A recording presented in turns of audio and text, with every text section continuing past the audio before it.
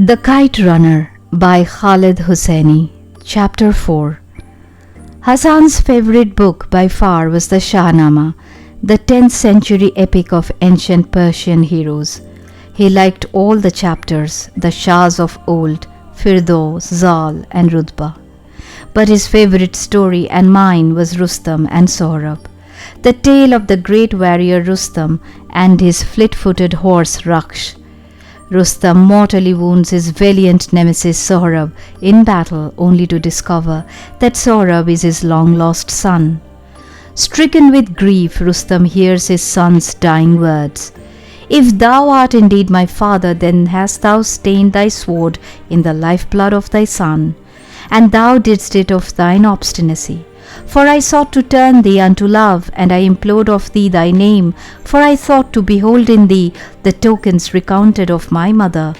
But I appealed unto thy heart in vain, and now is the time gone for meeting." "Read it again, please, Amir Agha," Hassan would say. Sometimes tears pooled in Hassan's eyes as I read him this passage, and I always wondered whom he wept for, the grief-stricken Rustam who tears his clothes and covers his head with ashes, or the dying Sohrab who only longed for his father's love.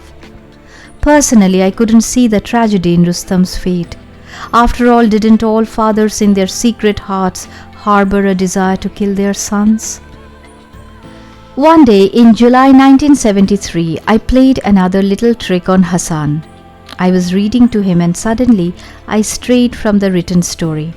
I pretended I was reading from the book, flipping pages regularly, but I had abandoned the text altogether, taken over the story and made up my own. Hassan, of course, was oblivious to this. To him, the words on the page were a scramble of codes, indecipherable, mysterious. Words were secret doorways, and I held all the keys. After I started to ask him if he'd like the story, a giggle rising in my throat when Hassan began to clap. "What are you doing?" I said. "That was the best story you have read me in a long time," he said, still clapping. I laughed. "Really? Really? That's fascinating," I muttered. I meant it too. This was wholly unexpected. "Are you sure, Hassan?" He was still clapping. "It was great, Amir Agha. Will you read me more of it tomorrow?" "Fascinating," I repeated, a little breathless, feeling like a man who discovers a buried treasure in his own backyard.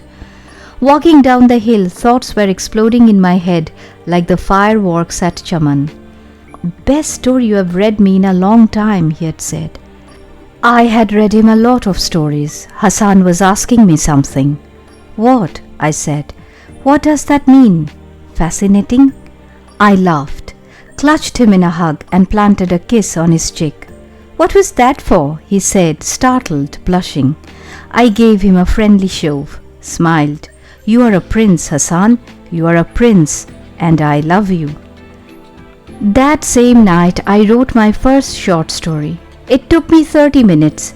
It was a dark little tale about a man who found a magic cup and learned that if he wept into the cup, his tears turned into pearls. But even though he had always been poor, he was a happy man and rarely shed a tear. So he found ways to make himself sad so that his tears could make him rich. As the pearls piled up, so did his greed grow. The story ended with the man sitting on a mountain of pearls, knife in hand, weeping helplessly into the cup with his beloved wife's slain body in his arms. That evening I climbed the stairs and walked into Baba's smoking room. In my hands the 2 sheets of paper on which I had scribbled the story. Baba and Rahim Khan were smoking pipes and sipping brandy when I came in. "What is it, Amir?" Baba said, reclining on the sofa and lacing his hands behind his head. Blue smoke swirled around his face. His glare made my throat feel dry. I cleared it and told him I had written a story. Baba nodded and gave a thin smile that conveyed little more than faint interest. "Well, that's very good, isn't it?" he said. Then nothing more. He just looked at me through the cloud of smoke. I probably stood there for under a minute, but to this day it was one of the longest minutes of my life. Seconds plodded by, each separated from the next by an eternity. Air grew heavy, damp, almost solid. I was breathing breaks. Baba went on staring me down and didn't offer to read. As always, it was Rahim Khan who rescued me. He held out his hand and favored me with a smile that had nothing feigned about it. "May I have it, Amir Jan? I would very much like to read it." Baba hardly ever used the term of endearment, Jan, when he addressed me. Baba shrugged and stood up. He looked relieved, as if he too had been rescued by Rahim Khan. "Yes, give it to Kaka Rahim. I'm going upstairs to get ready." And with that he left the room. Most days I worship Baba with an intensity approaching the religious, but right then I wished I could open my veins and drain his cursed blood from my body.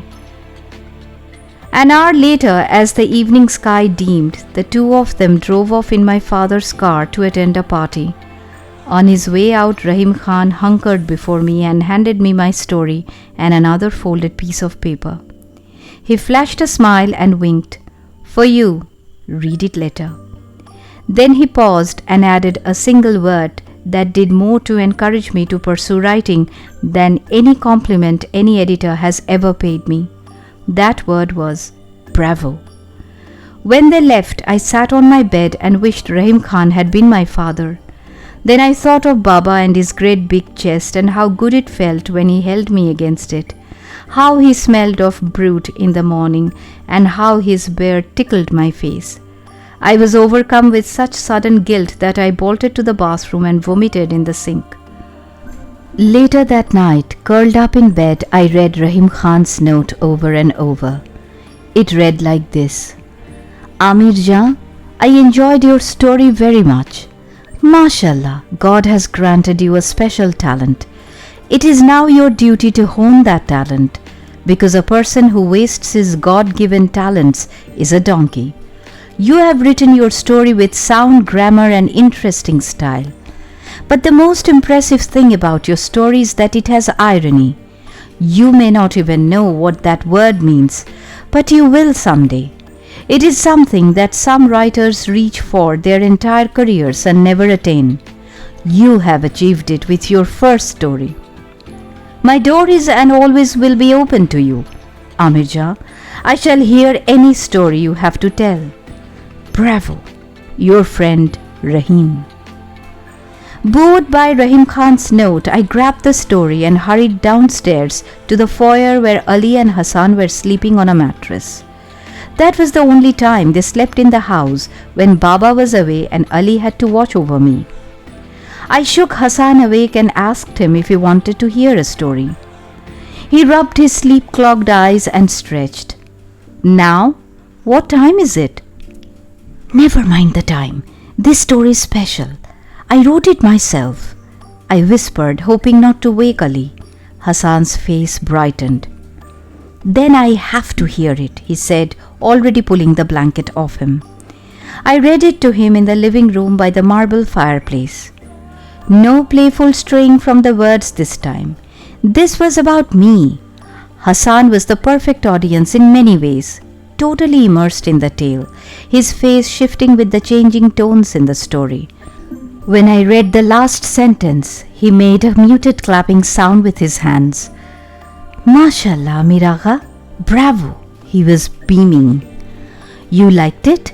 I said, getting my second test, and how sweet it was, of a positive review. "Someday, inshallah, you'll be a great writer," Hassan said, "and people all over the world will read your stories." "You exaggerate, Hassan," I said, loving him for it. "No, you will be great and famous," he insisted. Then he paused, as if on the verge of adding something. He weighed his words and cleared his throat. "But will you permit me to ask a question about the story?" he said shyly. "Of course."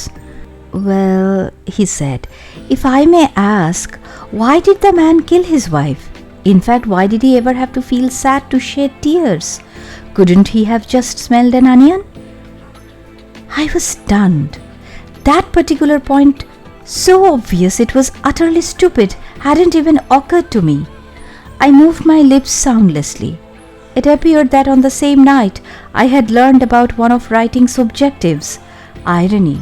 I would also be introduced to one of its pitfalls, the plot hole, taught by Hassan of all people. Hassan, who couldn't read and had never written a single word in his entire life. A voice, cold and dark, suddenly whispered in my ear, "What does he know, that illiterate Hazara? He'll never be anything but a cook. How dare he criticize you?" "Well," I began, but I never got to finish that sentence, because suddenly Afghanistan changed forever.